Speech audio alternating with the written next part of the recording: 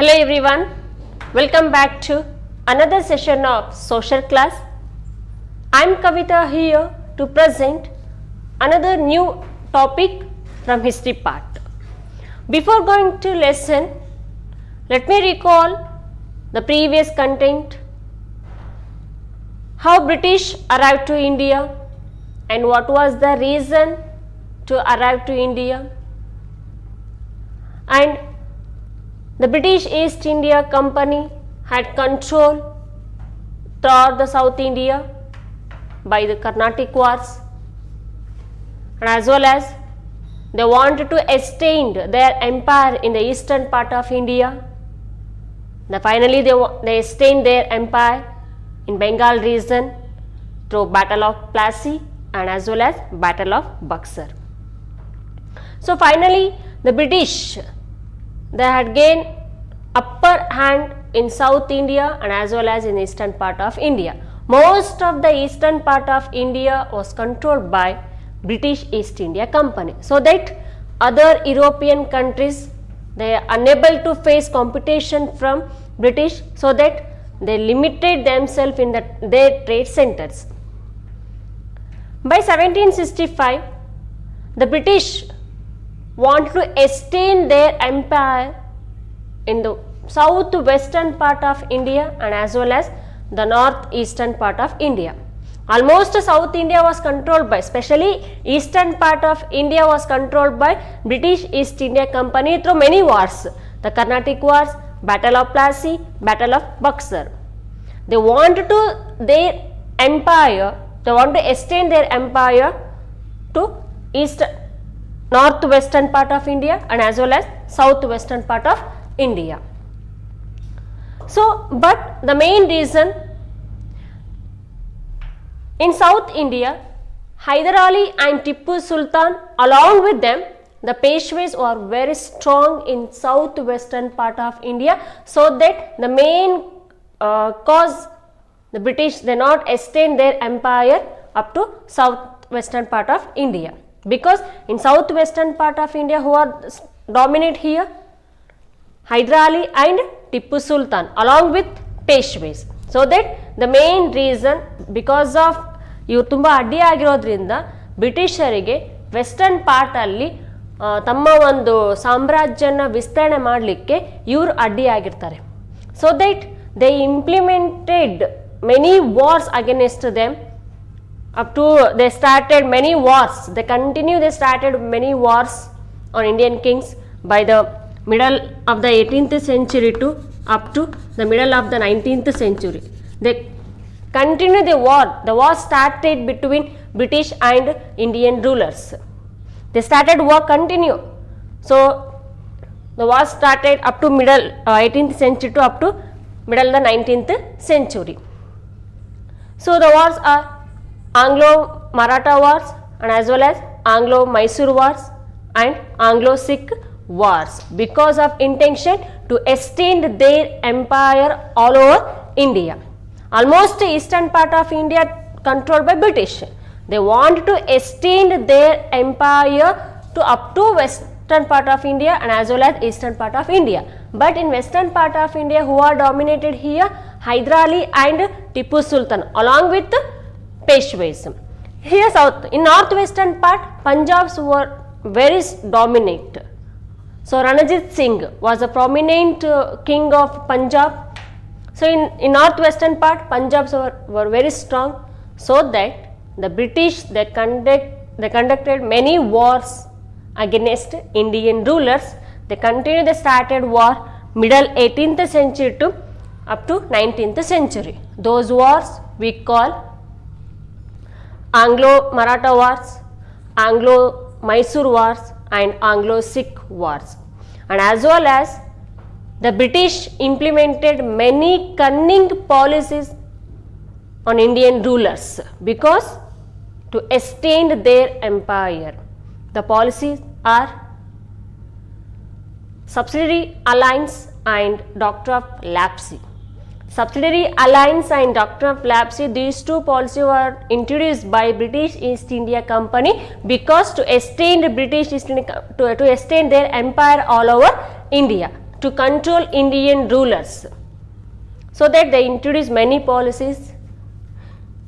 So in today's session, we are going to learn second lesson, that is how British extended their rule in India. So in it too, the extension of the British rule. In today's session, we are going to learn on these two topics. Those are introduction, Anglo-Maratha wars. In today's session, we are going to learn only one Anglo-Maratha wars, that is first Anglo-Maratha war, and as well as Lord Wellesley and the subsidiary alliance. As I told now, the British want to extend their dynasty up to all over India, so that they conducted many wars. They declared many wars against Indian rulers by the middle of the 18th century to 19th century. Then they introduced cunning policies on Indian rulers. Those policies are subsidiary alliance and doctrine of lapse. By these two policies, the British want to extend their dynasty all over India. Next, move on another topic, that is Anglo-Maratha wars. As I told now, in today's session, we are going to learn on only first Anglo-Maratha wars. What was the reason for first Anglo-Maratha war? When it was started and between whom did the war start? These are all the topics now we are going to learn. So after completion of Battle of Buxar, as a result, Mir Qasim ran away from the battle, but Shah Alam II was the ruler of Mughal dynasty, but after completion of Battle of Buxar, he was under British East India Company. Up to 1775, Shah Alam II was under of British. So here, Shah Alam II, he was the ruler of Mughal dynasty. Again he became the king of Mughal Empire with the help of Marathas. Basically, he was under British after completion of Battle of Buxar. Later on, Shah Alam II, again he became the king of Mughal dynasty with the help of Marathas. And also, because with the help of Marathas, he became the king of Mughal Empire.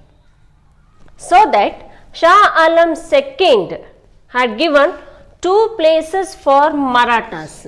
Those places are Kora and Allahabad. Why Shah Alam II given to Marathas these two places? Because Shah Alam II again he became the king of Mughal dynasty, so that he given two places for Marathas. Which are those places? The places are Kora and Allahabad. Before Kora and Allahabad, these two places were under British East India Company. So this was the main reason for the enmity started between British and Marathas.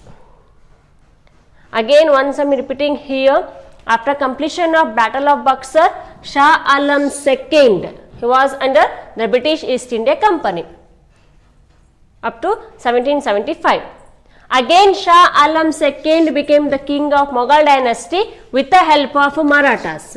So that because for help, Shah Alam II had given two places for Marathas. The places are Kora and Allahabad. But before that, these two places were under British East India Company. So this was the main cause to start enmity between Maratha and British.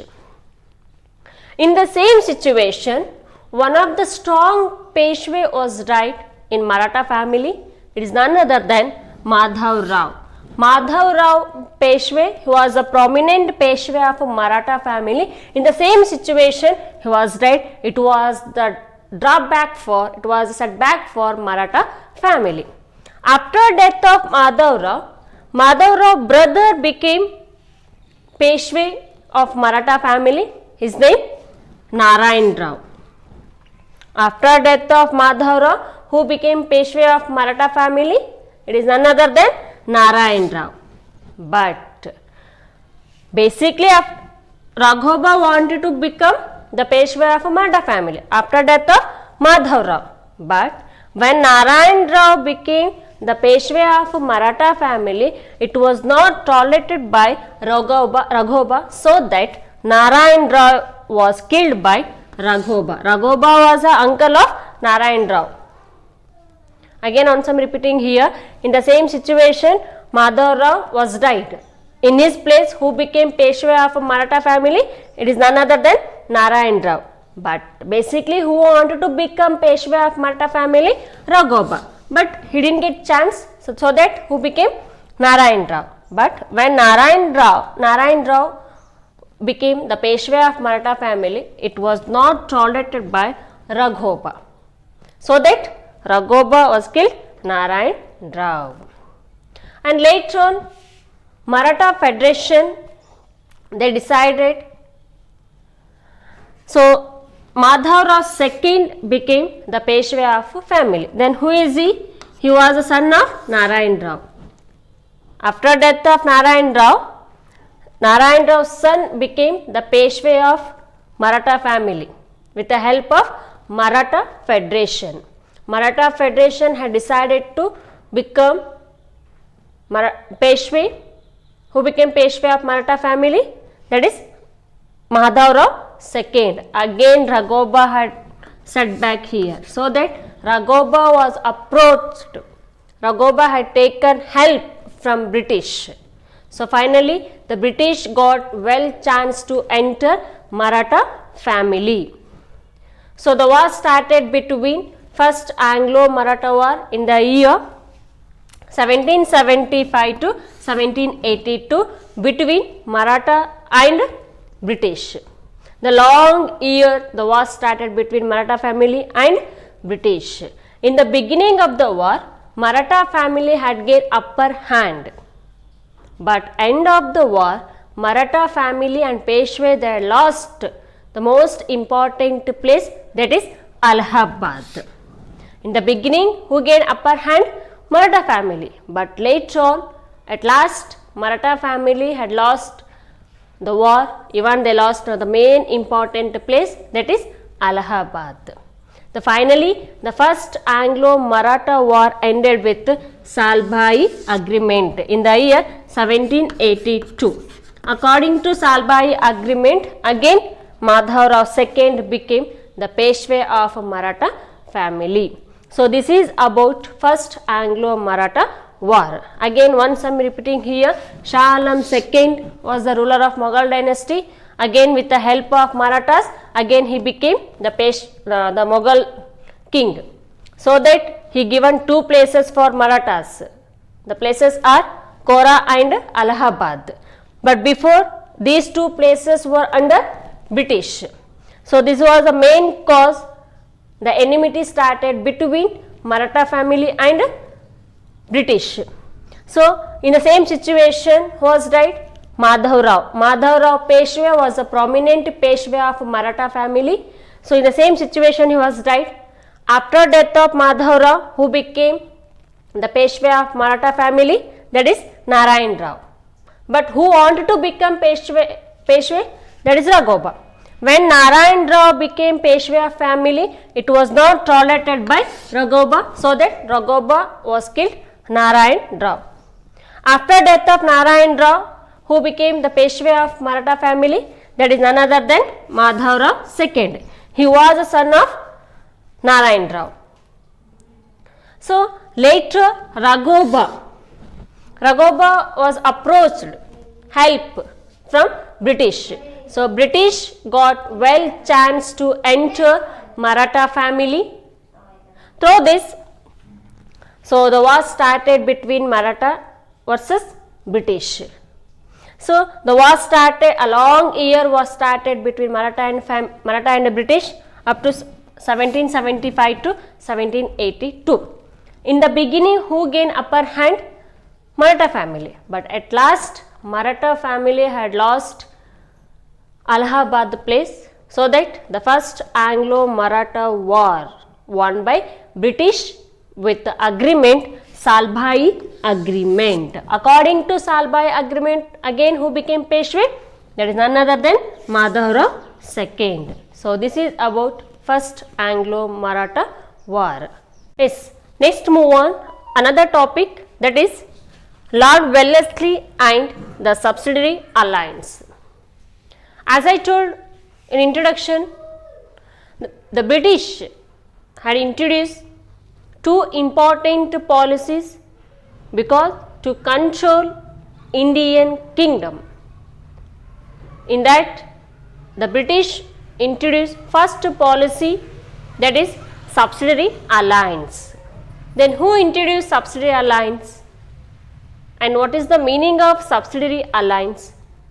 And what were the conditions of subsidiary alliance? And who was the first Indian ruler accept this policy? These are all topics now we are going to learn. So main aim British to extend their empire all over India, so that they introduced two important policies. One of the Governor General came to India is aim to extend British Empire. It is none other than Lord Wellesley.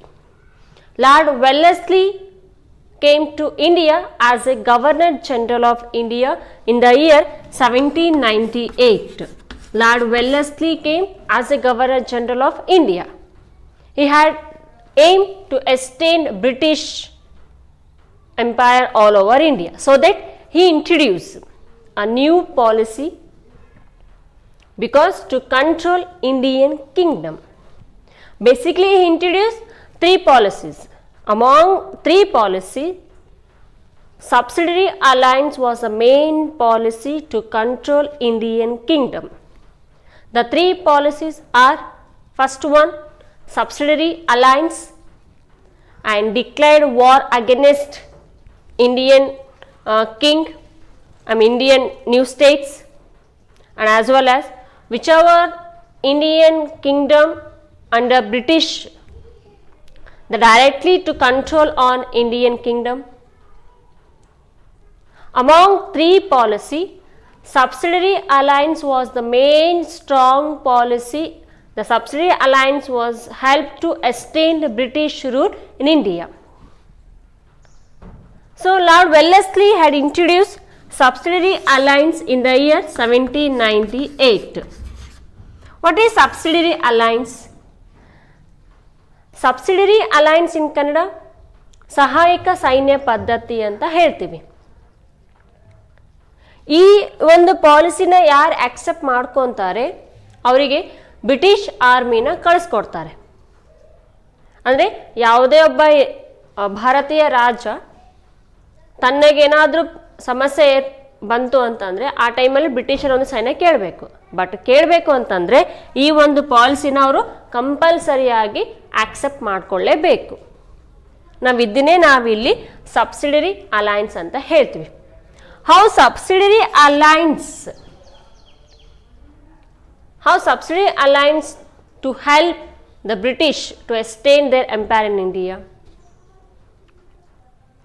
By the subsidiary alliance, British was successful to control Indian kingdom. Basically, it was introduced by Lord Wellesley.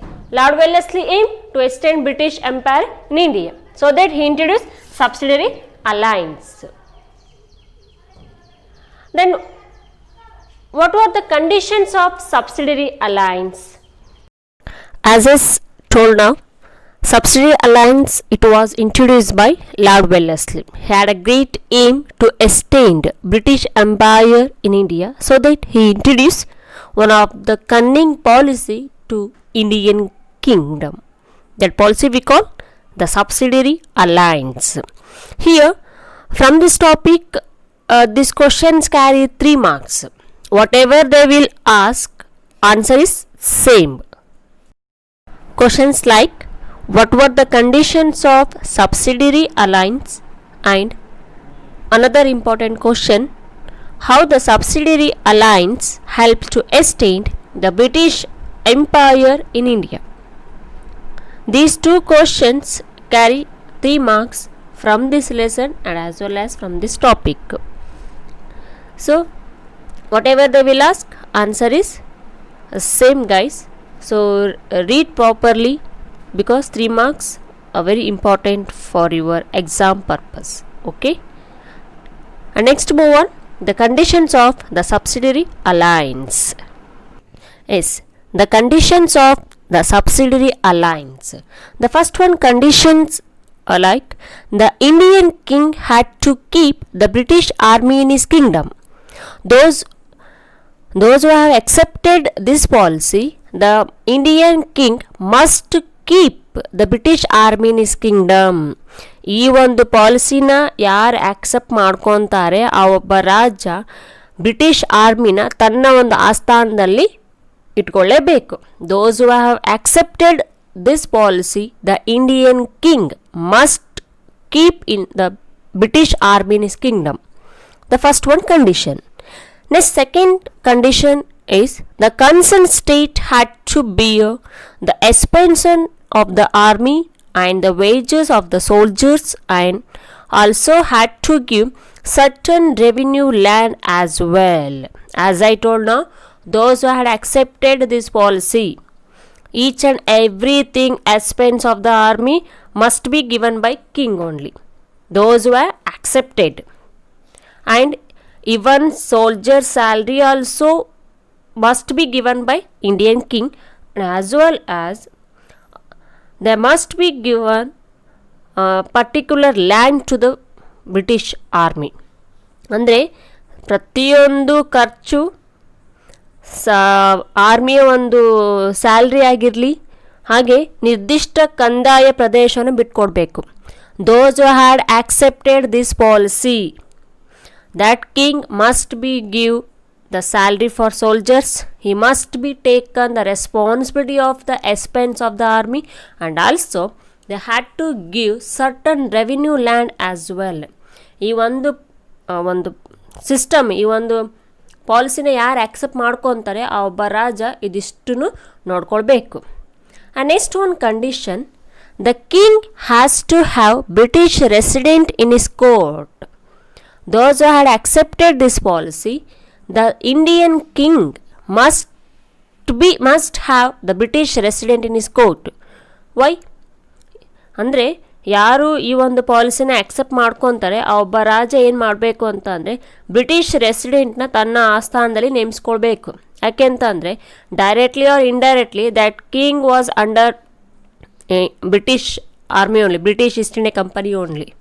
ಅಂದರೆ ಯಾಕೆ ರೆಸಿಡೆಂಟನ್ನ ಇಟ್ಕೋಬೇಕು ಅಂತ ಅಂದರೆ, suppose in case ರಾಜ ಬೇರೆ ಒಬ್ಬರ ಜೊತೆಗೆ ಒಪ್ಪಂದ ಮಾಡ್ಕೊಳ್ಳೋದಾಗಿರಲಿ, ಬೇರೆ ಒಬ್ಬ ರಾಜನ ಜೊತೆಗೆ ಯುದ್ಧ ಮಾಡೋದಾಗಿರಲಿ ಮಾಡಬಾರ್ದು. So the Indian king, the king has to have the British resident in his court. ಯಾರು ಈ ಒಂದು ಪಾಲಿಸಿನ ಆಕ್ಸೆಪ್ಟ್ ಮಾಡ್ಕೊತಾರೆ ಆ ಒಬ್ಬ ರಾಜ ತನ್ನ ಆಸ್ಥಾನದಲ್ಲಿ ಬ್ರಿಟಿಷ್ ರೆಸಿಡೆಂಟ್ ಒಬ್ಬರನ್ನ ನೇಮಿಸ್ಕೊಳ್ಳೇಬೇಕು. Each and everything it was going under British only. Next one condition, the king could not appoint any other European without the permission of the British. This is the most important condition of this policy. ಈ ಒಂದು ಪಾಲಿಸಿನ ಯಾರು accept ಮಾಡ್ಕೊತಾರೆ, ಯಾವುದೇ ಒಬ್ಬ European ಆಗಿರಲಿ, ಅಂದರೆ ಬೇರೆ European other then British, ಆ ಬ್ರಿಟಿಷನ್ನು ಹೊರತುಪಡಿಸಿ ಬೇರೆ ಯಾವುದೇ ಒಬ್ಬ ಯುರೋಪಿಯನ್ನ ರಾಜ ಇವರ ಅನುಮತಿ ಇಲ್ಲದೇ ಅವರನ್ನು ನೇಮಿಸ್ಕೊಳ್ಬಾರ್ದು. As I told now, those who accepted this policy, the king was under British only.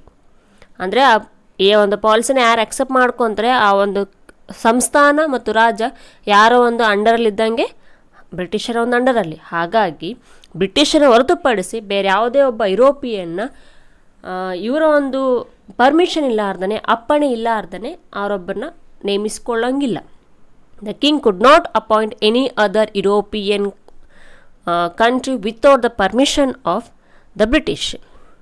Next condition, in order to enter any agreement or pact with any Indian government, the permission of the Governor General was mandatory. Here, for example, XYZ Indian king was going to an agreement with the local ruler or any pact or treaty. The permission was taken by British only. ಅಂದರೆ ಭಾರತದ ಯಾವುದೇ ರಾಜ್ಯಗಳೊಂದಿಗೆ ಯುದ್ಧ ಮಾಡೋದಾಗಿರಲಿ ಅಥವಾ agreement ಮಾಡ್ಕೊಳ್ಳೋದಾಗಿರಲಿ ಅಥವಾ ಸಂಧಾನ ಮಾಡ್ಕೊಳ್ಳೋದಾಗಿರಲಿ ಮಾಡಬೇಕು ಅಂತ ಅಂದರೆ ಅಲ್ಲಿ ಗವರ್ನರ್ ಜನರಲ್ ಆದ ಒಬ್ಬ ವ್ಯಕ್ತಿಯ ಪರ್ಮಿಷನ್ ಕೇಳಲೇಬೇಕು. So the mandatory in the sense compulsory. The king, those who want to, now for example, XYZ ruler was going to an agreement with the local ruler, but permission was mandatory by Governor General only. ಅಂದರೆ ಭಾರತದ ಯಾವುದೇ ರಾಜ್ಯಗಳೊಂದಿಗೆ ಯುದ್ಧ ಅಥವಾ ಸಂಧಾನ ಅಥವಾ agreement ಮಾಡ್ಕೊಳ್ಬೇಕಾದ್ರೆ ಅಲ್ಲಿರುವಂಥ governor ಜನರಲ್ನ ಒಂದು ಸಮ್ಮತಿ ಅಥವಾ ಒಪ್ಪಿಗೆ ಕೊಡಲೇಬೇಕು. So next one condition, in return to all these services, the company would offer protection of the state from any internal and external aggression. ಇದಕ್ಕೆ ಪ್ರತಿಯಾಗಿ ಇದಿಷ್ಟು ಕಂಡೀಷನ್ಸ್ ಅಗ್ರಿ ಆದರೆ ಒಪ್ಕೊಂಡ್ರೆ ಇದಕ್ಕೆ ಪ್ರತಿಯಾಗಿ ಕಂಪನಿ ಏನು ಮಾಡುತ್ತೆ ಅಂತಂದರೆ ಆ ಒಂದು ರಾಜ್ಯಕ್ಕೆ ಆಂತರಿಕವಾಗಿ ಅಥವಾ ಬಾಹ್ಯವಾಗಿ ರಕ್ಷಣೆಯನ್ನು ಒದಗಿಸುತ್ತೆ. ಅಬೋ ದೋಸ್ conditions, if they agreed, of course, the protections was given by British only. So these are the conditions of the subsidiary alliance. Those who have accepted this policy, these conditions were applicable for the particular kingdom only, not for everyone. If they accepted, of course, these conditions were applicable for the kingdom. If they accepted this policy, of course, last one as I told now, of course, was given by British Army only. So these are the conditions of the subsidiary alliance. So whatever they will ask questions in annual exam, answer is same.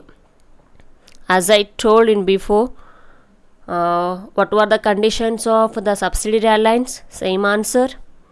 How subsidiary alliance helped to sustain the British rule in India? Yes, same answer. So this is about the conditions of subsidiary alliance. Was the Indian king accept subsidiary alliance? It is none other than Hyderabad Nizam. Hyderabad Nizam was the first Indian ruler to accept subsidiary alliance. After Hyderabad Nizam, many Indian kings accept this policy. The Indian states are Mysore, Audh, Tanjore, Pune, Maharashtra, Berar, Gwalior and other Indian princely states. By the subsidiary alliance, British had gained control on all our Indian kingdom. So by this topic, today we completed one part from this lesson. Remaining topics we will study in the next session. Till then, keep watching video. Thank you and have a great day.